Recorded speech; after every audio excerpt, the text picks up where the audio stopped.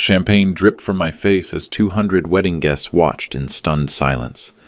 I'm Eddie Johnson, and my daughter's new husband just humiliated me at their reception.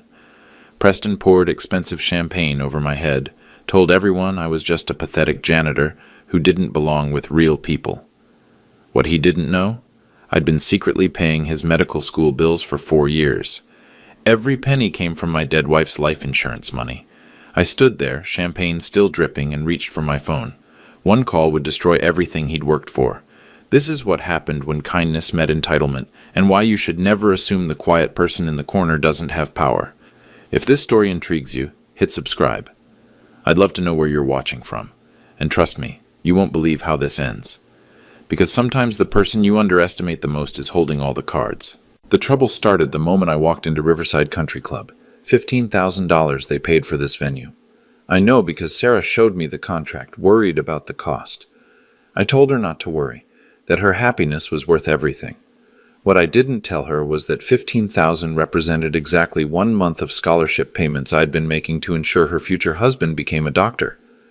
The valet looked at my car, a 2018 Honda Civic with 140,000 miles, like I'd driven up in a garbage truck. "Sir, are you here for the Johnson-Hayes wedding?" His tone suggested I might be lost. "I'm the bride's father." His face went red. "Oh, I'm so sorry, Mr. Johnson. Right this way." Inside, the coat check girl held my jacket like it might contaminate her fingers. $29 at Target, and I was proud of it. Clean, pressed, appropriate. But next to the groomsmen's $3,000 Armani tuxedos, I might as well have worn overalls. Preston's father, Dr. Hayes Sr., approached with that practiced smile doctors use before delivering bad news. "Eddie, so glad you could make it." His handshake was firm, calculated to assert dominance. "You must be so proud. Medical school, residency at Johns Hopkins. Preston's really made something of himself." "He sure has," I said quietly. What Dr. Hayes didn't know was that I'd been watching Preston's progress through quarterly scholarship reports. GPA, 3.8, clinical performance, exemplary, character assessment pending. The groomsmen clustered nearby, comparing watches and talking about golf handicaps. One of them, a pharmaceutical sales rep named Bradley, stage whispered loud enough for me to hear, "Can you believe Sarah's dad is a janitor? At a children's hospital, no less. Preston must really love her." Another groomsman snorted, "Love doesn't pay for country club memberships." I felt my jaw tighten, but I stayed calm. Margaret always said you judge a man's character not by how he treats his equals, but by how he treats those he thinks are beneath him. Preston himself swept over, all smiles and charm in his Italian silk bow tie. At 28, he carried himself with the confidence of someone who'd never faced real consequences for his actions. Eddie, looking sharp. His eyes took in my target suit with barely concealed amusement. "Sarah's getting ready upstairs. She's nervous but excited." "She should be. Biggest day of her life." "Absolutely, though I have to ask." Preston's voice dropped to a conspiratorial whisper. "Did you need help with a better suit? I mean, for the photos and everything. I could have my tailor." "This suit is fine, Preston." Of course. I just meant, well, image matters in medicine. People judge you before you even speak. First impressions and all that." The irony wasn't lost on me. Here was a man whose entire medical education was funded by the very person he was subtly insulting.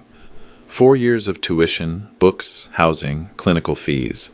$320,847 in total assistance. Not that he knew. Sarah appeared at the top of the staircase in her grandmother's wedding dress, and for a moment, everyone fell silent. She looked exactly like Margaret on our wedding day 27 years ago. Same radiant smile, same way of lighting up a room. But as I watched Preston's face, I saw something that made my stomach turn. Pride, yes. Love, possibly. But also calculation. The way he positioned himself for photos. The practiced way he accepted congratulations from guests. Everything felt performative. "She's beautiful," I said.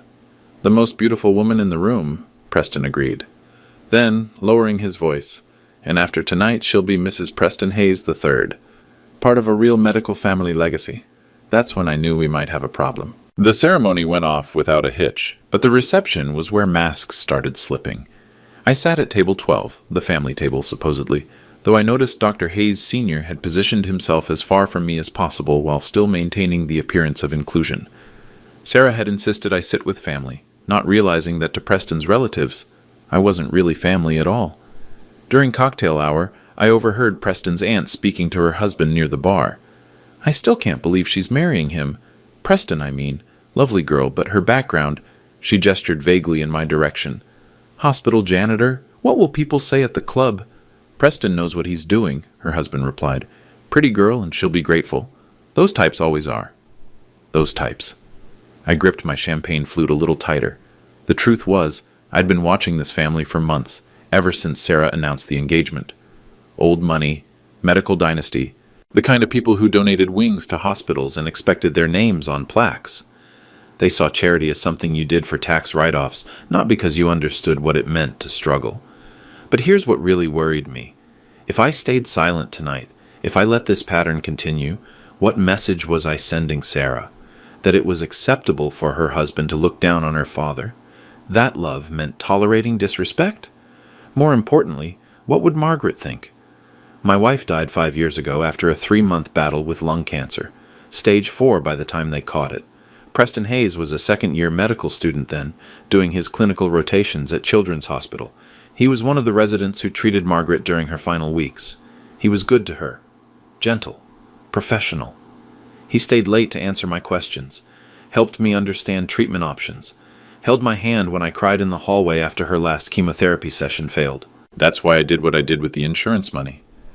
$400,000 from Margaret's life insurance policy. Her final gift to me, money meant to secure my future. Instead, I used it to create the Margaret Johnson Memorial Medical Excellence Fund, an anonymous scholarship program administered through City National Bank. Designed to help promising medical students complete their education, Preston Hayes was the fund's first and only recipient. I told myself I was honoring Margaret's memory by helping train the next generation of compassionate doctors. Preston had shown such kindness during her treatment, such dedication. I thought I was investing in character, not just education. But now, watching him work the room, accepting congratulations like he'd earned everything himself, I wondered if I'd made a terrible mistake. Dad, you okay? Sarah appeared beside me, radiant in her grandmother's dress. You look worried. Just thinking about your mom. She would have loved this. Sarah's eyes misted. She would have loved Preston too. He's going to be a wonderful husband. I hoped she was right. But marriages built on unequal respect rarely lasted. If Preston truly believed I was beneath his family, how long before he started seeing Sarah the same way? How long before my daughter's worth became measured by her husband's standards? Sarah, honey, can I ask you something? Anything, Dad? Has Preston ever said anything about me? About my job? She hesitated just long enough to confirm my fears. Dad, Preston respects you. He knows how hard you work. That's not what I asked. He comes from a different world. Give him time. Time. How much time does a man need to show basic respect? 28 years wasn't enough? I thought about the briefcase in my car. Inside were documents that could change everything. Scholarship agreements, bank statements, Margaret's death certificate. Proof that the lowly janitor had been the silent benefactor behind Preston's entire medical career. But using that information would mean revealing the secret I'd kept for 4 years. It would mean admitting that every dollar in Preston's education account came from the life insurance payout of a woman he'd helped care for. It would mean showing Sarah that her father wasn't the simple working man everyone assumed. Was I ready for that conversation? More importantly, was I prepared to watch my daughter marry someone who fundamentally disrespected the man who'd made his career possible? The band struck up the first dance, and I watched Preston lead Sarah onto the floor. They moved together beautifully, lost in each other's eyes. For a moment, I almost convinced myself I was overreacting. Then Preston's best man grabbed the microphone for his speech. Ladies and gentlemen, I've known Preston since Harvard Medical School, and I can honestly say he's everything you'd want in a doctor. Brilliant, dedicated, and most importantly, he knows quality when he sees it. He gestured toward Sarah. Sarah Johnson is lucky to be joining the Hayes family legacy. Not Sarah Johnson Hayes, not a partnership. Sarah was lucky to join them. That's when I realized silence wasn't protecting anyone anymore. The best man's speech ended with polite clapping, but I caught the subtle emphasis on certain words. Sarah was lucky to join their family. Preston was elevating her station. Classic rich family language disguised as compliments. Dr. Hayes Sr. approached our table during the salad course, wine glass in hand and confidence radiating from every gesture. Eddie, I wanted to thank you personally. Thank me for what? For raising such a wonderful daughter. Sarah's going to fit right into our family. He paused, swirling his wine. Of course, there will be adjustments. Medical families have certain expectations, social obligations, but I'm sure she'll adapt beautifully. She doesn't need to adapt to anything. She's perfect as she is. Dr. Hayes smiled that practiced smile again. Naturally. I just meant the lifestyle differences. Country club memberships, medical association events, charity galas. It's a different world from what she's used to. Different from what I'm used to, you mean? Well, yes. Your background is more practical, which has its own value, of course. I set down my fork carefully. What kind of value would that be, Doctor? Hard work, dedication, the backbone of America. His tone was the verbal equivalent of patting me on the head. Preston and Sarah are lucky to have that grounding influence. Translation, I was useful as long as I stayed in my lane. Preston appeared beside his father, loosening his bow tie slightly. The champagne was clearly having an effect. His cheeks were flushed, his movements a bit looser than before. Dad, what are you two talking about? Just getting to know my new co-father-in-law, Dr. Hayes said smoothly. Eddie was telling me about his work at the hospital. Right, the maintenance job. Preston's smile was perfectly pleasant and completely condescending. That's actually how we met, Sarah and I. She was visiting someone in pediatrics, and Eddie was... What were you doing that day? Mopping. Cleaning the nurse's station. See? Hard-working, salt of the earth. Preston clapped me on the shoulder like I was a golden retriever. We need people like you, Eddie. Society can't function without folks willing to do the jobs others won't. The jobs others won't. I felt something shift inside my chest. A familiar anger, but colder now. More focused. Preston, can I ask you something? Shoot. How did you pay for medical school? The question seemed to catch him off guard. Scholarships, mostly? Merit-based? Why? Which scholarships? The Hayes Excellence Scholarship, primarily. Family Foundation stuff. Academic Achievement Awards. He waved his hand dismissively. Boring financial details. Must have been substantial. Medical school's expensive. $320,000, give or take. Preston's chest puffed slightly with pride. But when you've got the grades and the family connections, doors open. Family connections. I almost laughed. Dr. Hayes rejoined the conversation, apparently sensing tension. Preston's always been brilliant. Youngest in his class. Highest MCAT scores. The scholarship committee recognized natural talent. What scholarship committee? I asked quietly. City National Bank manages the fund, Preston said. Anonymous donor, apparently. Someone who believes in investing in future doctors. Anonymous. Rich people like their tax write-offs private, Dr. Hayes added with a knowing chuckle. Probably some pharmaceutical company looking for good PR. I reached into my jacket pocket and pulled out my phone. City National Bank app, already logged in. Account balance visible. $198,247.83 remaining in the Margaret Johnson Memorial Fund. Interesting, I said, showing Preston the screen. What do you think this account is for? Preston squinted at the phone, champagne making his focus sluggish. Margaret Johnson Memorial Fund. Probably another scholarship program. Common name, Johnson. Very common, I agreed. Wait. Preston's expression shifted slightly. Johnson. That's Sarah's maiden name. It is. And your wife was... Margaret Johnson. She died 5 years ago. The color drained from Preston's face as the implications hit him. Dr. Hayes leaned in, trying to see the phone screen. I don't understand, Preston said slowly. The scholarship that paid for your education? The anonymous donor? I kept my voice perfectly level. That was my wife's life insurance money. Silence. Complete, absolute silence at our table. Preston stared at the phone screen, then at me, then back at the screen. That's impossible. Is it? You're a janitor. I clean floors at Children's Hospital. Same hospital where you did your residency. Same hospital where you treated my wife during her final months.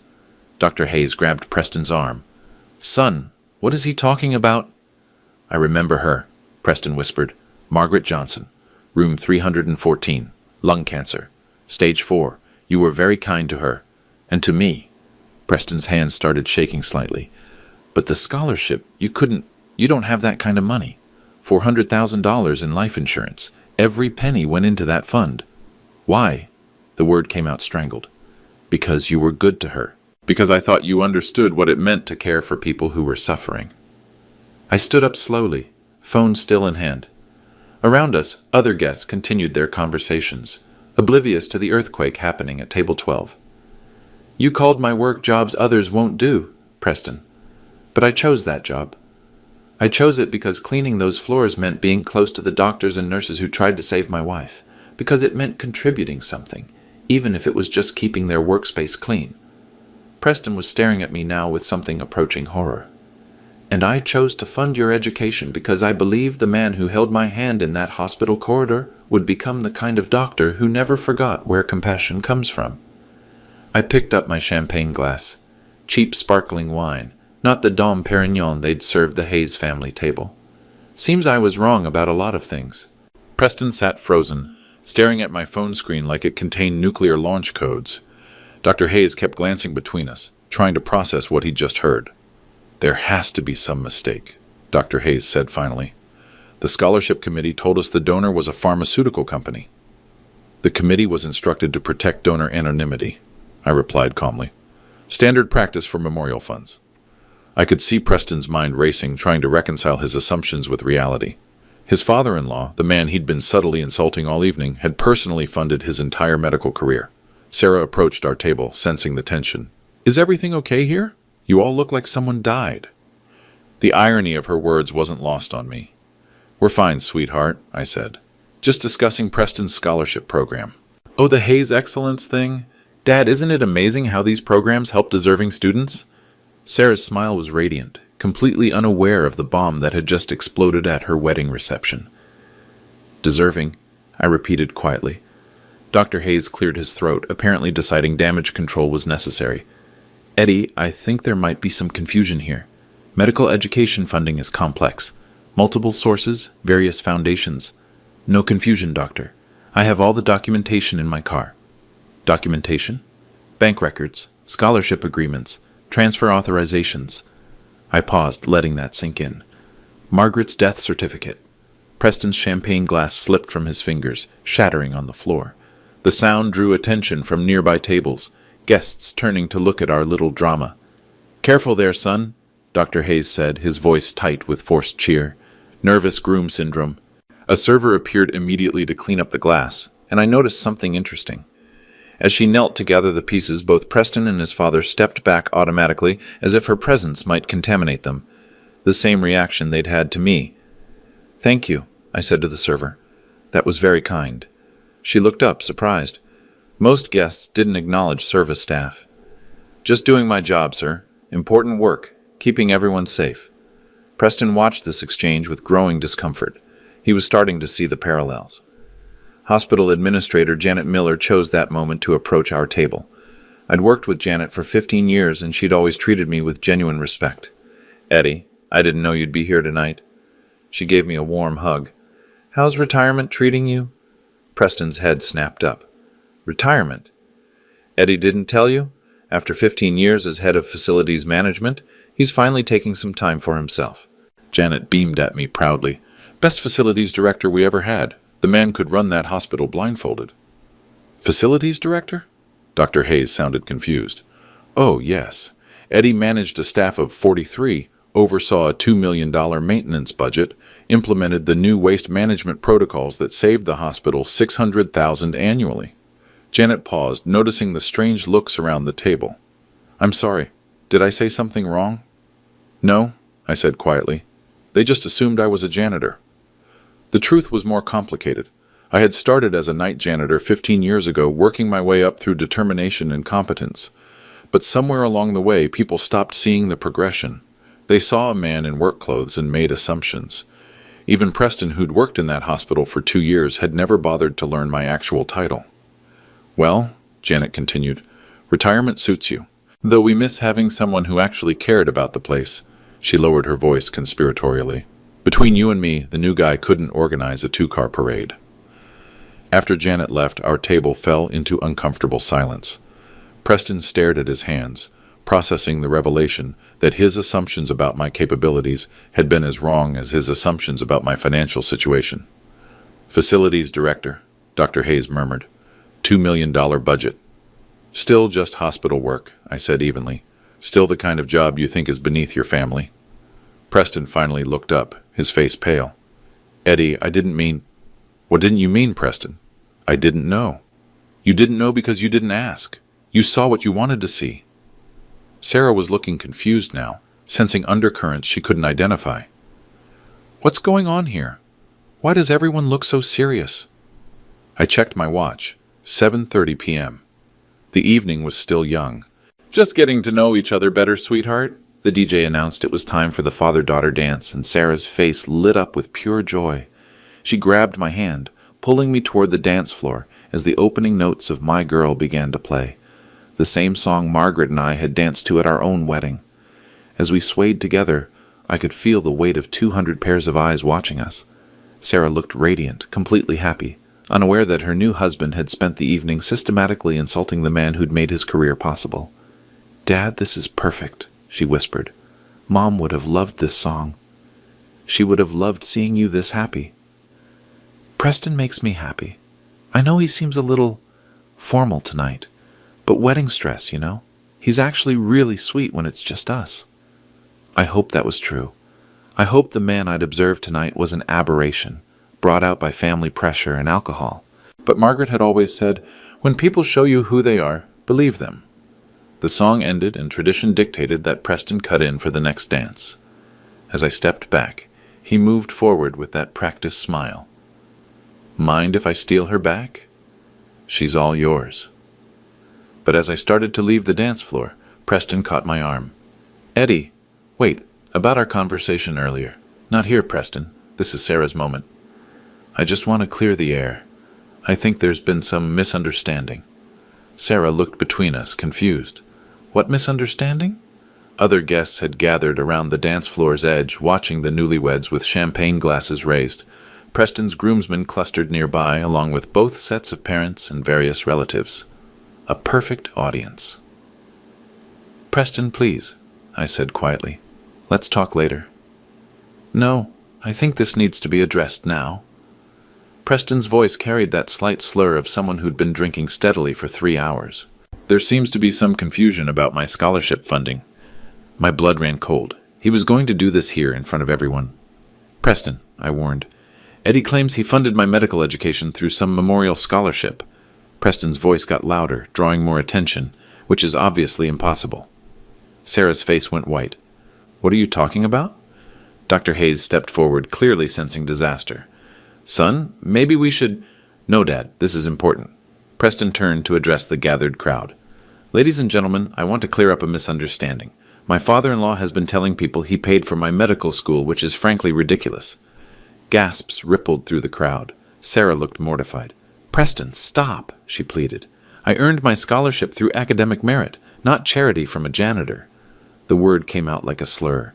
"I appreciate Eddie's contributions to society, but let's be realistic about who belongs where."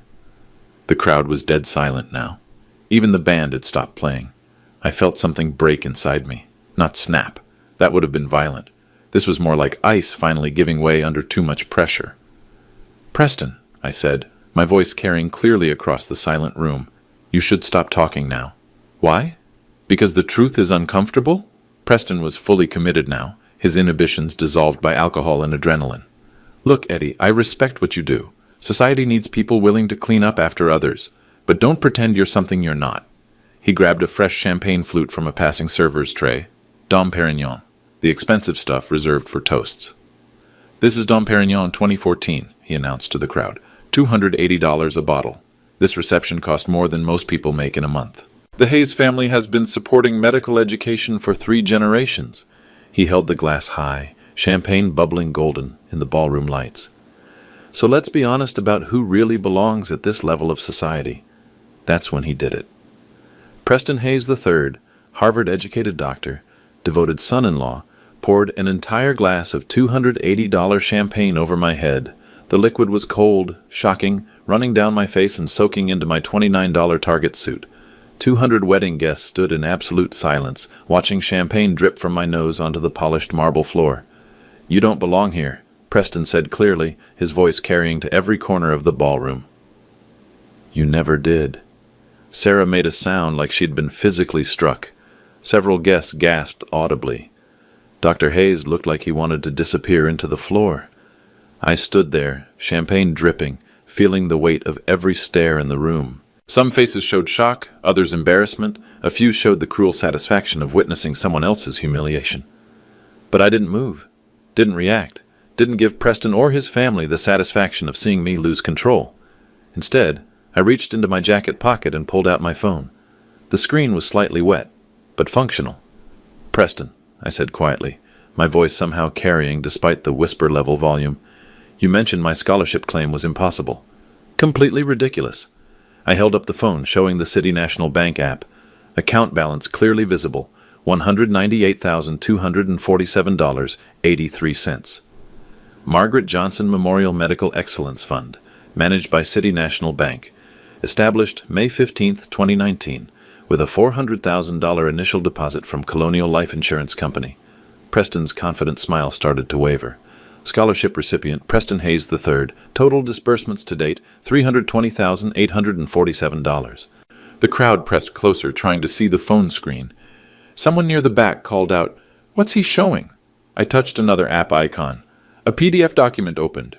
Official scholarship paperwork with City National letterhead. Scholarship terms: renewable annually based on academic performance and character assessment. Revocable at sole discretion of fund administrator.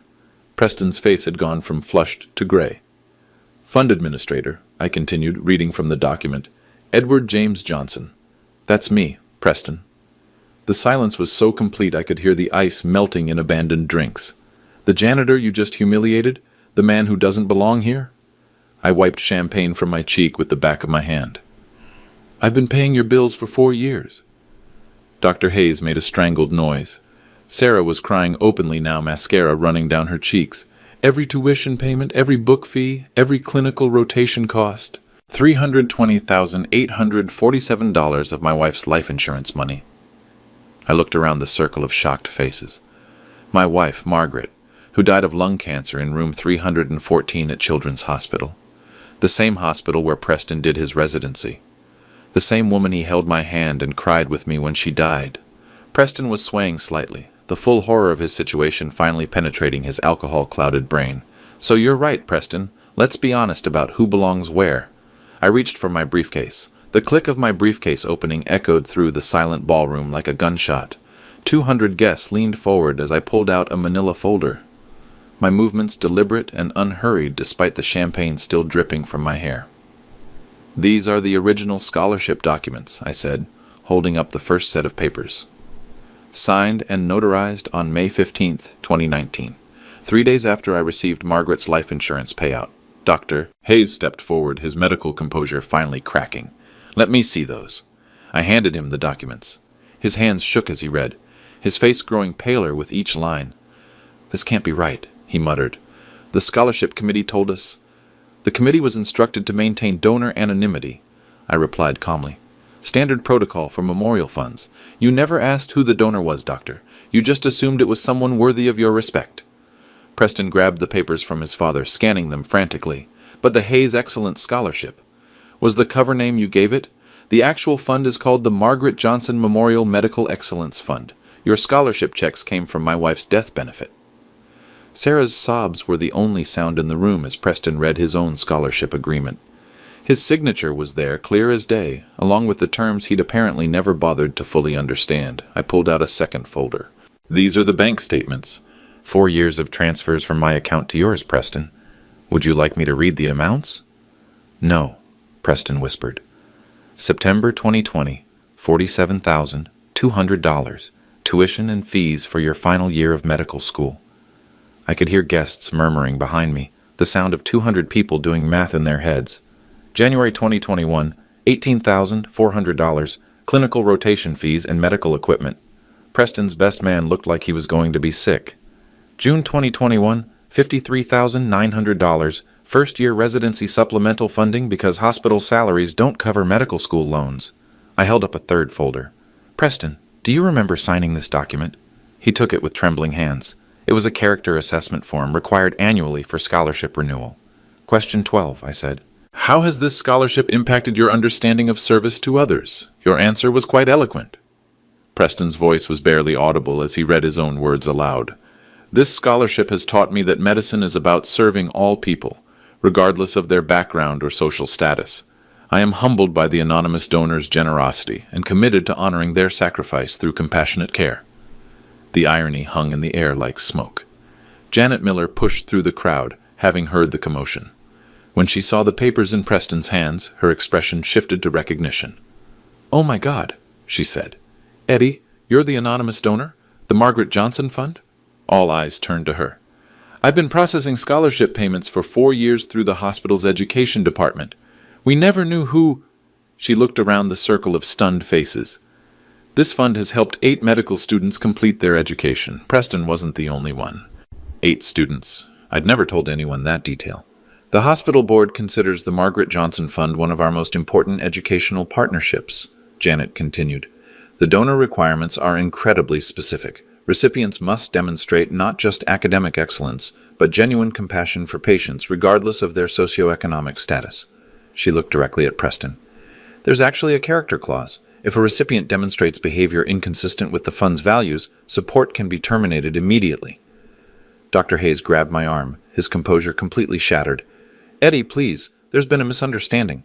Preston doesn't normally—" "Doesn't normally what? Show his true character?" I pulled out my phone again, this time opening my call log. "I have the direct number for Marcus Thompson, the scholarship administrator at City National Bank. Would you like me to call him?" "What would you tell him?" Preston asked, his voice hollow. "That the recipient just demonstrated a fundamental lack of character by publicly humiliating his benefactor at a family gathering." The crowd pressed closer. Someone in the back was recording with their phone. "Eddie, you can't be serious," Dr. Hayes pleaded. "Preston's residency, his career. His career was built on my wife's death benefit, money we saved for our retirement, which became scholarship funding when cancer took her from me." I opened another app on my phone, the bank's loan management system. Preston's student loan account appeared on screen, showing his current balance. $320,847 in deferred payments, I read aloud. "Deferred because of scholarship coverage. If that coverage ends, the full amount becomes immediately payable." Preston's knees buckled slightly. "Immediately?" "Standard loan terms, Preston. You signed that agreement too." Sarah finally found her voice through her tears. "Dad, please." "Don't do this here." "Sweetheart, I didn't choose the time or place. Your husband did that when he decided to pour champagne on my head." Dr. Hayes was frantically trying to process the financial implications. $320,000, due immediately, plus accrued interest, plus penalty fees for early termination. I consulted my phone again. Current total obligation, $343,200. The number hit the crowd like a physical blow. Several guests gasped audibly. Preston's pharmaceutical rep friend pushed forward. "Eddie, be reasonable. Preston made a mistake, but ending his career over one bad moment." "One bad moment?" I looked around the circle of faces. This wasn't a momentary lapse. This was character revealing itself under pressure. I pulled out the final folder, the one I'd hoped never to use. Margaret's medical records from Children's Hospital. 3 months of treatment, 74 days total. Guess which medical resident was assigned to her case during weeks 6 through 12? Preston's face went completely white. Room 314, oncology wing. You held her hand during chemotherapy. You explained her treatment options. You cried with me in the hallway when Dr. Martinez told us there was nothing more they could do. My voice remained steady, but I could feel the emotion underneath. You were kind to her, Preston. Professional. Compassionate. That's why I established this scholarship, because I believed the man who comforted a dying woman and her grieving husband understood what medicine was really about. I held up Margaret's death certificate, dated March 15th, 2019. She died on a Tuesday, liver failure, secondary to cancer. Her last words were about how grateful she was for the care she'd received, how proud she was of the young doctors who'd treated her with such retriesque continued dignity. The ballroom was so quiet I could hear the air conditioning humming overhead. 3 months later, I took her life insurance money meant to secure my future, and created a scholarship program, because I wanted to honor her memory by helping train more doctors like the one who'd been so kind to us. Preston was crying now, mascara-streaked tears mixing with champagne residue on his cheeks. Eddie, I remember her. She was so brave. She was, and she believed in you. I closed the final folder and placed it back in my briefcase. But the man who poured champagne on his benefactor's head? The man who told 200 people that I don't belong in civilized society? That's not the Dr. Margaret thought she was helping to train. Dr. Hayes made one last desperate attempt.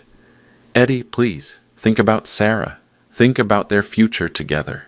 I looked at my daughter, beautiful and heartbroken in her grandmother's wedding dress. I am thinking about Sarah. I'm thinking about what kind of marriage she'll have with a man who fundamentally disrespects her family. I pulled out my phone one final time and opened my contacts list. Marcus Thompson, City National Bank, was right there. Preston, you have exactly 60 seconds to decide how this ends. Preston stood frozen, staring at my phone like it was a loaded weapon pointed at his future. The 60-second countdown had begun, though I wasn't actually timing it. Sometimes the threat of action is more powerful than action itself. What do you want me to do? He whispered. I want you to understand consequences. Dr. Hayes stepped forward, his medical training kicking in despite the crisis. Eddie, let's discuss this rationally. Preston made a mistake, yes, but destroying his career. I'm not destroying anything, Doctor. I'm simply withdrawing support that was given freely and can be revoked for cause. Sarah moved between us, her wedding dress rustling. Dad, please. I'm begging you. Sweetheart, this isn't about punishment. It's about character. Preston's character? Everyone's character, including mine. I looked around the circle of faces. Wedding guests who'd been enjoying an open bar and elegant dinner, now witnessing the collapse of everything they thought they understood about social hierarchy.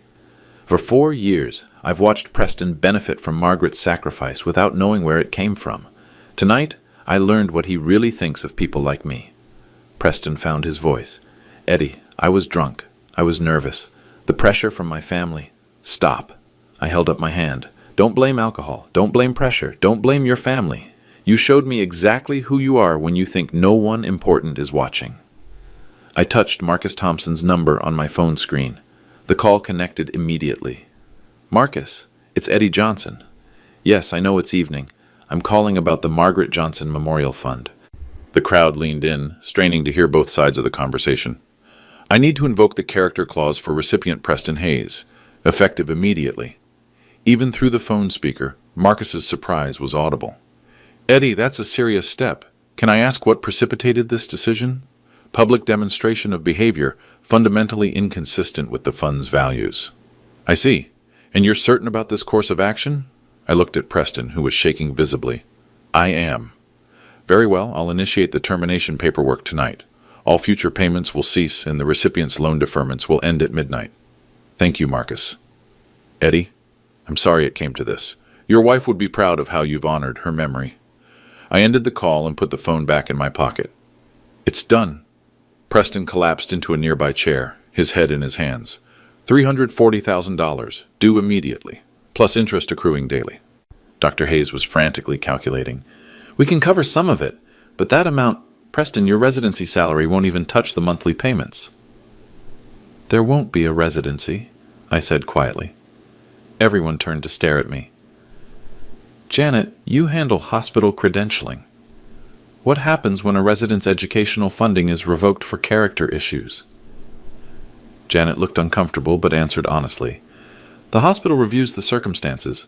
If character is in question, they typically terminate the residency program participation. How long does that review take? Usually 48 hours. Preston's best man grabbed his arm. They can't just fire you over a loan issue. This isn't a loan issue, Janet corrected. This is a character assessment issue. Hospitals can't risk residents who demonstrate poor judgment or unprofessional behavior.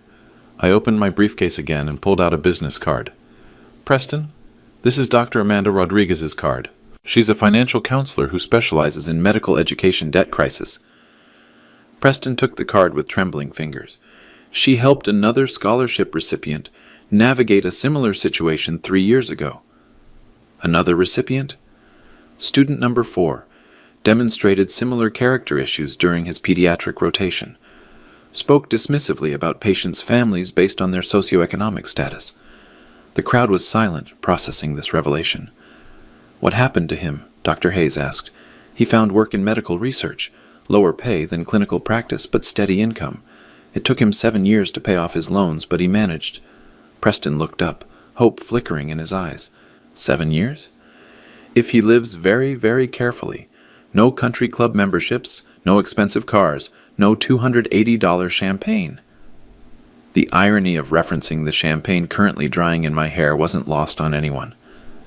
Sarah sat down heavily in a chair beside Preston. "What does this mean for us?" "That depends on what kind of man you married," I said gently. Preston finally looked directly at me.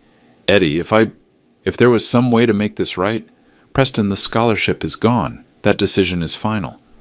"But if I could prove I've learned from this..." I studied his face, looking for genuine remorse rather than just panic about consequences.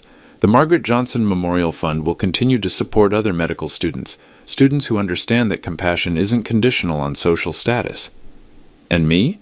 You'll figure out how to be the doctor my wife thought you could become, just without her financial support. Dr. Hayes cleared his throat. "Eddie, I want to apologize for my family's behavior tonight." "Your apology isn't necessary, Doctor. Your son's choices are his own." I closed my briefcase and stood up, champagne finally done dripping from my suit. "Sarah, sweetheart, I love you. That will never change, regardless of who you choose to build your life with." She stood and hugged me fiercely, her wedding dress staining with Dom Perignon residue. "I love you too, Dad." I looked at Preston one final time. The man who comforted my dying wife is still in there somewhere. Find him. Then I walked toward the exit, leaving behind 200 silent wedding guests and one very expensive lesson about respect. The phone calls started before I even reached my car. Dr. Rodriguez, the financial counselor, called first. "Eddie, I just heard from Marcus Thompson. Another scholarship revocation? Character clause violation. Same pattern as the pediatric resident? Worse, public humiliation of the benefactor." She sighed. "I'll reach out to the family tomorrow. Emergency financial counseling session. They'll need it." Janet Miller called next. "Eddie, I have to ask, are you certain about this decision? Preston's residency review is automatic now." "I'm certain. The hospital board will want details. Tell them to call me Monday morning. I have documentation. This is going to create quite a stir in the medical community." "Good. Maybe other scholarship recipients will think twice about their behavior." The third call came from someone unexpected. Dr. Martinez, the oncologist who'd treated Margaret. "Eddie, I just heard through the hospital grapevine. Is it true you've been funding medical education scholarships?" "It is." "In Margaret's name?" "Yes." She would be proud, but also heartbroken about tonight. She would have been disappointed in Preston's behavior, and proud of your response, measured but firm. By Sunday morning, the story had spread through social media. Someone at the wedding had recorded the scholarship revelation, and the video was trending on 3 platforms. Wedding groom humiliates father-in-law, discovers he's been paying his medical school bills, had been viewed 2.3 million times. The comments were overwhelmingly supportive. "This is why you treat everyone with respect." Imagine pouring champagne on the man who funded your entire career. The quiet dignity of this father is everything. But there were also critics. Destroying someone's career over wedding drama seems excessive. Rich people games with poor people consequences. Both sides were wrong here. I didn't engage with any of it. Social media validation wasn't the point. Monday brought more serious consequences. Preston's residency was officially suspended pending investigation. The hospital's decision was swift and unambiguous. Character issues could not be overlooked in medical training.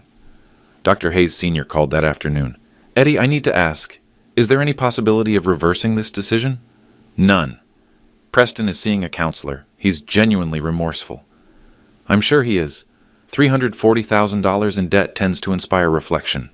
"He wants to apologize personally. I don't need his apology." "Sarah does." That gave me pause. "How is she handling this?" "Not well. She's staying with us temporarily." "And Preston?" "Moved back into his childhood bedroom. He's applying for research positions, but his reputation has taken a hit." "Reputations can be rebuilt." "Can they?"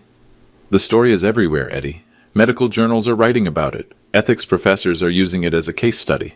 The case study angle hadn't occurred to me. Within a week, 3 medical schools had contacted me about speaking to their students about professional ethics and gratitude.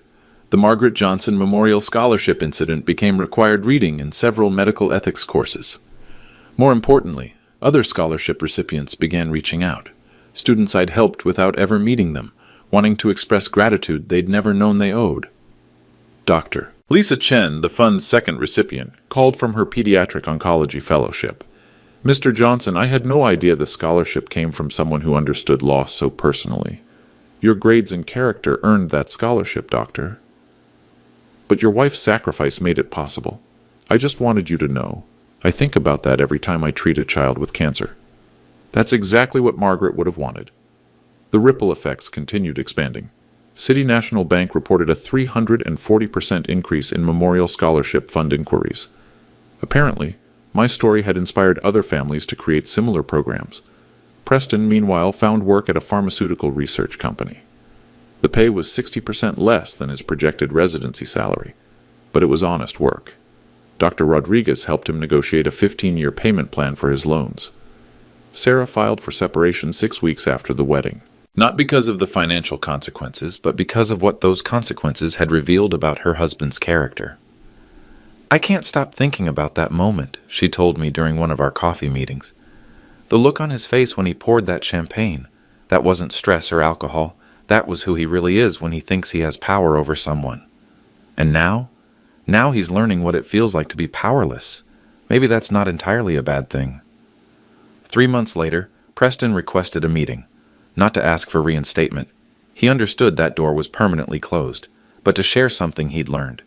The research lab where I work, we're developing treatments for pediatric cancers. I think about your wife every day, Eddie, about how she trusted me to care for her, and how I forgot what that meant. It wasn't redemption, but it was a beginning. 6 months after the wedding, I established new protocols for the Margaret Johnson Memorial Fund. Every scholarship recipient now receives a detailed history of the fund's origin. They know about Margaret's cancer battle. They know about the insurance money that could have secured a janitor's retirement, but instead secured their education. They know that their benefactor works night shifts and drives a Honda Civic and shops at Target. And they know that none of those facts make him worth less than anyone else. The character assessment process is now more rigorous. Recipients must complete annual community service requirements, working with underserved populations. They must demonstrate through actions rather than essays that they understand medicine as service rather than status. Most importantly, they must meet with previous scholarship recipients who've completed their training. Dr. Chen leads these meetings, sharing what she learned about gratitude and perspective. Sarah and I have dinner every Tuesday now. She's dating a high school teacher named Mike who treats servers with kindness and asks genuine questions about my work. When I told him about Margaret, he listened without trying to fix anything or offer empty platitudes. She sounds like she was an amazing woman, he said simply. She was. This scholarship program is a beautiful way to honor her. It's not just about honoring her anymore. It's about making sure future doctors understand where compassion comes from. Preston occasionally appears in the local medical community news. His research team has made promising progress on a pediatric cancer treatment. He's remarried, a social worker who specializes in helping families navigate medical crises. I don't know if he's found the compassionate Dr. Margaret believed he could become, but I hope he has. The wedding venue, Riverside Country Club, sent me a bill for champagne-stained marble. Apparently, Dom Perignon leaves marks that require professional restoration. I paid it without complaint. Some lessons are worth the cost. The most recent scholarship recipient is a young woman named Maria Santos, first in her family to attend college, working 2 jobs to support her education. When she met me to receive her award, she cried, "Mr. Johnson, why would you do this for a stranger?" Because my wife believed every patient deserves a doctor who remembers what struggle feels like. I'll never forget that. Make sure you don't. If you're watching this story, wherever you are in the world, remember, respect isn't earned through titles or bank accounts. It's given freely, or it's not respect at all. Subscribe if this resonated with you, and let me know where you're watching from. Because everyone deserves to be seen for who they really are.